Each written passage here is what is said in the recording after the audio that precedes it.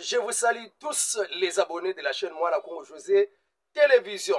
En tout cas, directement, Tokoki Kole Cannabis, on va titre Tokolobela Namukolo le 14 juin 2025. Kabido, Azalaki Kokamba, un groupe de Wazalendo. Et il était à la base. Yakoyeba Kokoisa, Kanyabayonga. Tanguye a Kotaki Nangambu Yaba 123. Bande kone bele ba yeba kite.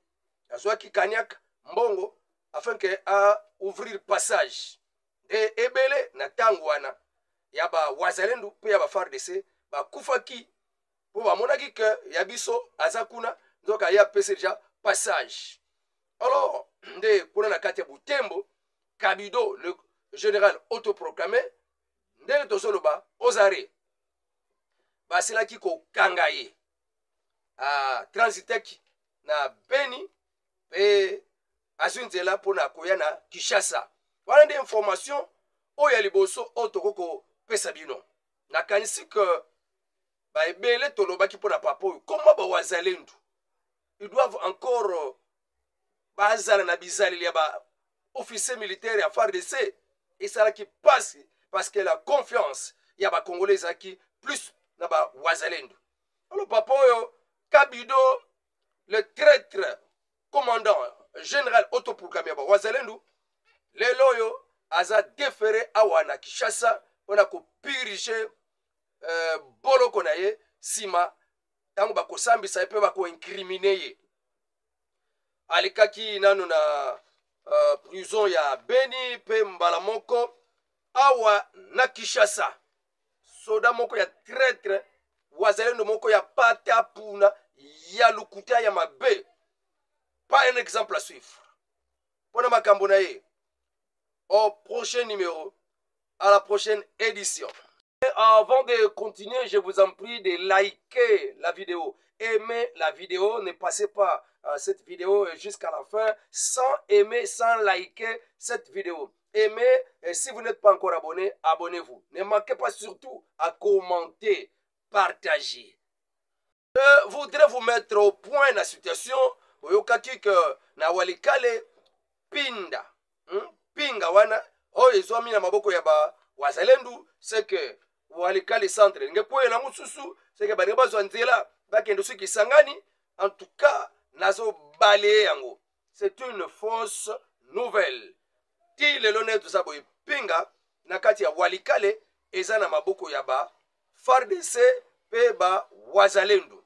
Nous devons vraiment avoir confiance dans ba FARDC na biso bazali komi pesa malgré qu'il y a des traîtres na katia ba système ya commandement na bango. Alors ndé na Sud Kivu qu'on peut dire vraiment na niveau ya Sud Kivu mboka ya Katana ezalaki na bitumba wana toza na kati ya territoire ya Kabare ezalaki na bitumba makasi. Le M23 bazoti ya insécurité pe kolinga ko sankapare na bamboka nyosa kuna. Wala ba kavumu ndenge bazwa yango. Ba kamaniola ndenge bazwa yango. Ba lobby ba M23 bazaki na meeting na kamaniola na Bukavu ba tantaki ko sala yango me ba kutana kinda oya bango. Alors na Katana itumezala kime ba Wazalendo ba résister contre ba assaut ya ba M23. Alors, bakambi ya mboka ya Katana, baleki na ko instruire ba habitants. En tout cas, ba mekate kotambolaka de 20h à 6h du matin pour la insécurité ya makasi.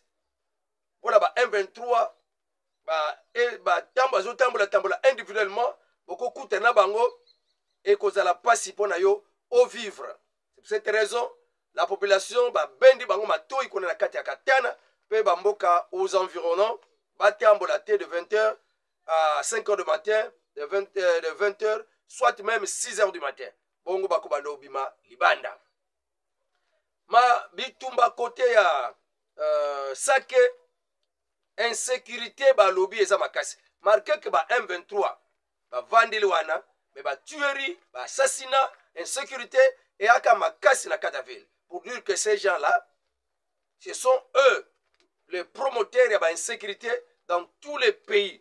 La Kinshasa, le braquage, nyonso wana eza nde bango. Bon, lokola tobili kombo ya Kinshasa eya nde mwa likambo tokolobela ya ba poids lourd bakame minene oyo epekisamaki kokota na mboka na Kinshasa bakotaka na mboka na Kinshasa je crois 22h à 5h du matin. Mais bakotaki grève biloko mateki oyo bango bamemaka nde Papa Bumba gouverneur de la ville de Kinshasa alembisi alobi en tout cas bokotaka bokendaka au-delà de 15h de 10h à 15h nde bayebise bango mobeko wana bapesi bango wana bazokotala makambo ya transport na Kinshasa. Gouverneur de la ville de Kinshasa asili kobongama pe kobongisa na partenaire pona kozongisa rail ezonga malamu afin que train etambola Kingasani pe gare centrale eko aider population ebele ya Kingasani ekendaka zandu bakendaka bamprentaka nzela ya gare centrale ya rail wana ndenge ezalaka na kala. Donc wana ekozala malamu soki projet wana ekokisami.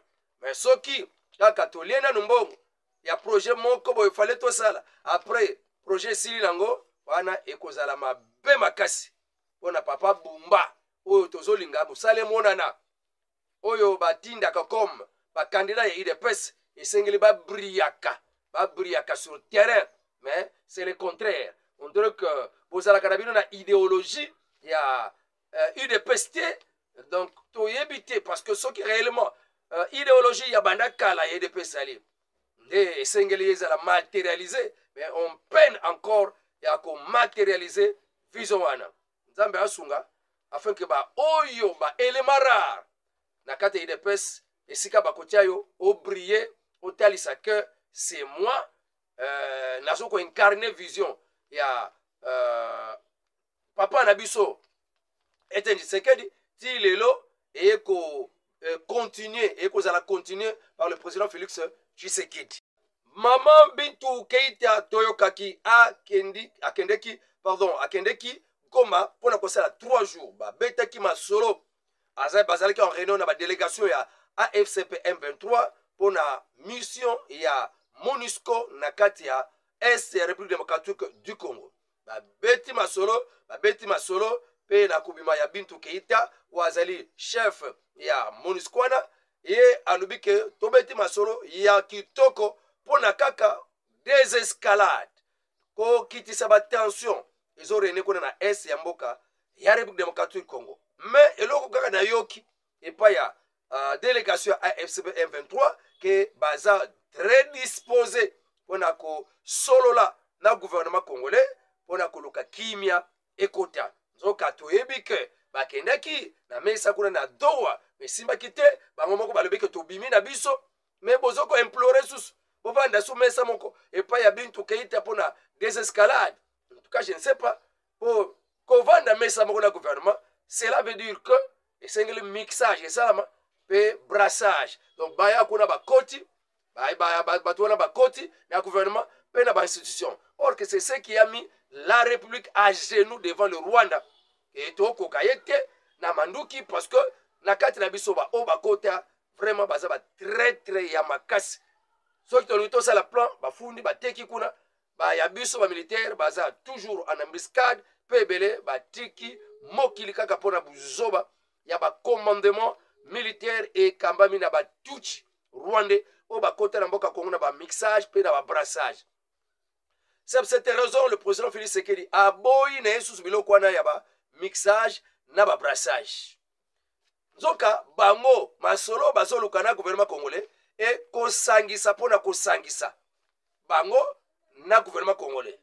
Depuis kala Sun City asangisa na CNDP tosangisa na M23 tosangisa et voilà conséquence lelo presque partout dans les institutions présentes de Tuchi oyo lelo bazo travailler pour la RDCT mais qui ne travaillent que pour leur pays d'origine le Rwanda. À l'exemple ya moko ba imposa biso Joseph Kabila Kabange oyo ba composa kombo ba bambaye mais du moins ce n'était pas son nom. Alors nde tozolo bake na intervention ya mama Bintou Keita on a kolobela bango ke baza disposé ya kosala masolo na gouvernement congolais afin que désescalade ezala. Mais du moins Bintou Keïta akendeki na message ya Nations Unies pe États-Unis mpona koloba ke Rwanda bima na sol congolais. Condition moko epesebela yo te. Yo M23, yo AFC, il n'y a qu'une seule solution, c'est processus ya Nairobi. Nde na yangwana nde kokoswe silikozala mpona ba M23 balobi ke bango baza groupe armé te me baza wana ba congolais mpona kolinga kotelemela mauvaise gouvernance. Soki bozala ba revendication boyeba ke bokende na processus ya Nairobi bango baboyi yango lokola bozoboya entente eza su te. États-Unis akataki déjà makambo quitter le sol congolais.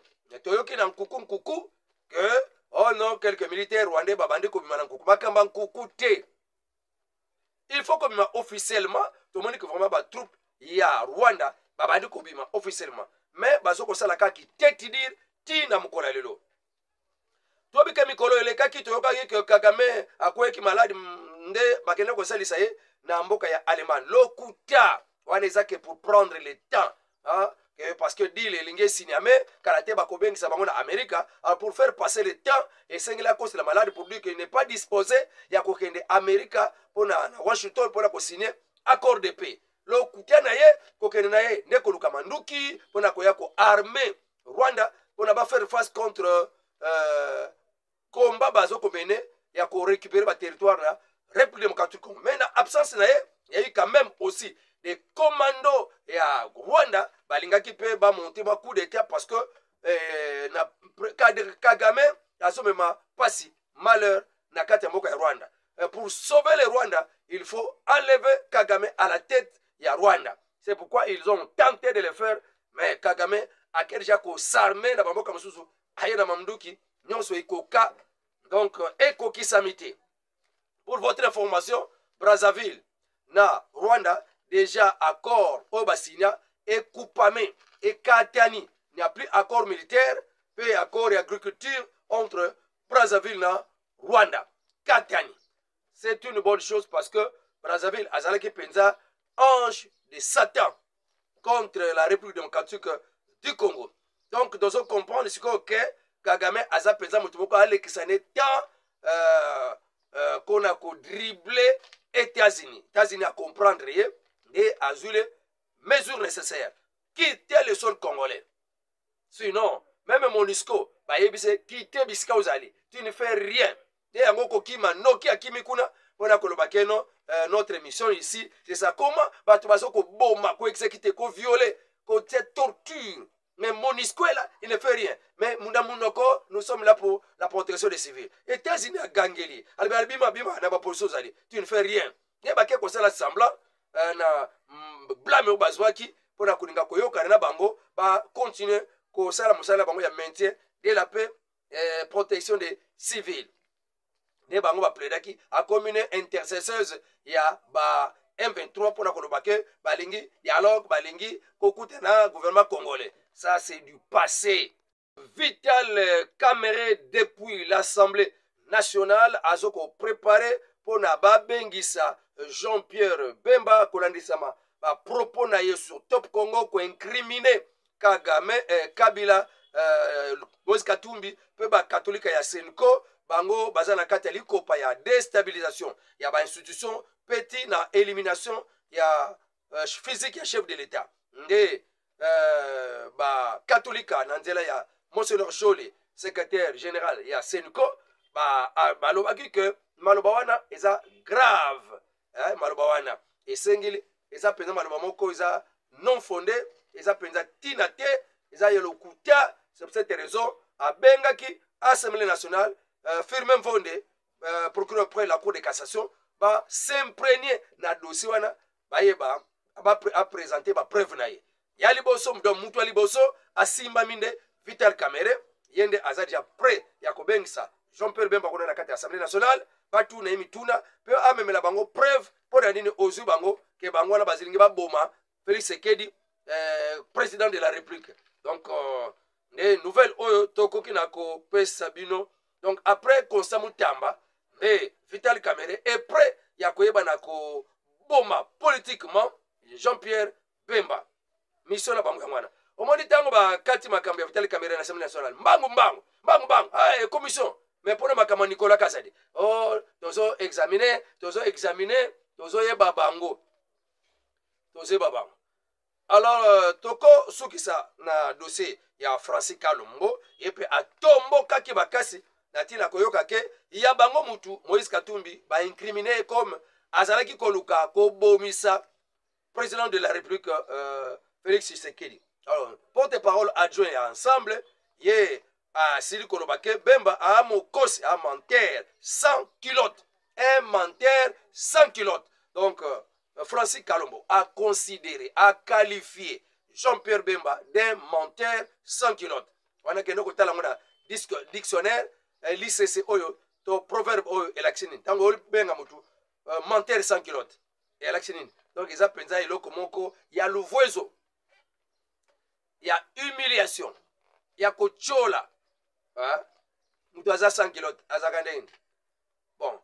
On n'a jamais découvert des armes, même dans la ferme Moko, il y a Katumbi. Bon, on a dit que Katumbi a son projet à Bomisa, président de la République. Mais tu yebi na biso na ba analyse nyon se pesa makana mboka que ba obazaki na lobbying pour na ko déranger deal America RDC, le Katumbi azalaki moko na kati et yebanaki que Katumbi azalaki ministre des Affaires étrangères ya ba M23 AFC pour na ko salela ka bango ba lobbying na bamboka bapaya bana ba kumisa bango ba honorer bango bandima bango yebani nango ke Katumbi alingaka salisa ba piste moko ya avion pona avion ya nani ekitaka avion banguna ibaleki nango ke John Numbi babandaki ko travailler elongo na Katumbi na piste wana ezande pona ko facilitaka atterrissage ya biloko mabe oyeko ko ya ko tia mobulu na kati ya mboka. Donc to yebisi Francis Kalombo ke vanda na yo maloba wana ezana pona ko flatter mbongo pa ya mokonzi na yo, sinon la réalité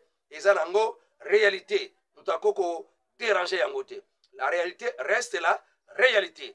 En tout cas, moi quelques informations oyo, je vous en prie de vous abonner si vous n'êtes pas encore abonné. À chaque titre na sengyo ole kana ko commenter, liker, aimer la vidéo, vous ne serez pas dessus. C'est la chaîne Mwana Congo José Télévision à travers le communicateur José Matuvangwa. Mwana Manianga. Au revoir, à la prochaine.